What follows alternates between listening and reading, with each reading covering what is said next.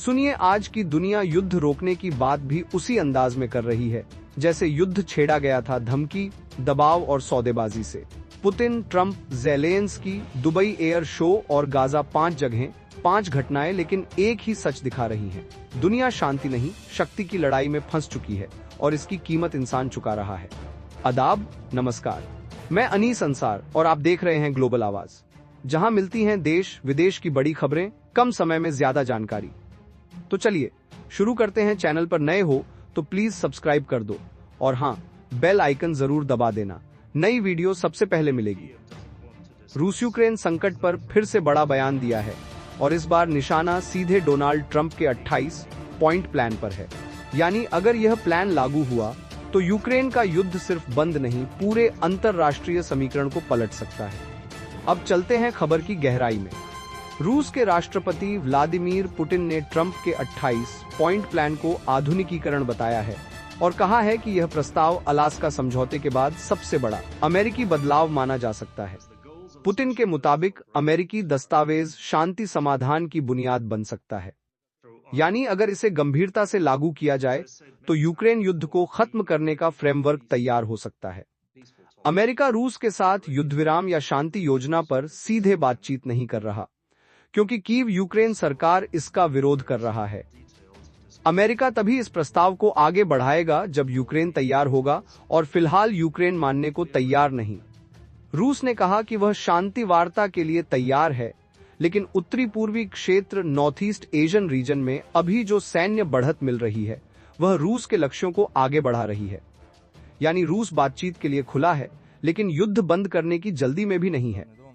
Putin ने Ukraine और पश्चिमी देशों पर भी सख्त टिप्पणी करते हुए कहा, यूक्रेन और उसके सहयोगी भ्रम में जी रहे हैं और यह सपना देख रहे हैं कि रूस को रणनीतिक रूप से हराया जा सकता है, जबकि ऐसा संभव ही नहीं।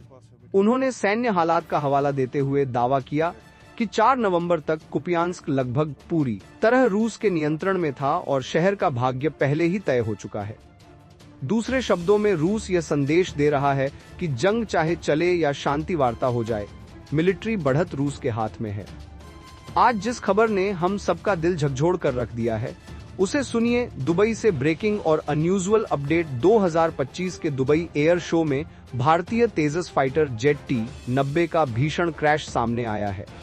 जैसे ही हादसा हुआ, यूएई सुरक्षा बलों ने पूरे एयर शो की गतिविधियां तुरंत रोक दी और सभी विजिटर्स को इमरजेंसी में बाहर निकलवाया गया।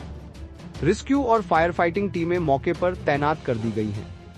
यह हादसा दुनिया के सबसे बड़े एविएशन इवेंट्स में से एक पर भारी असर डाल सकता है।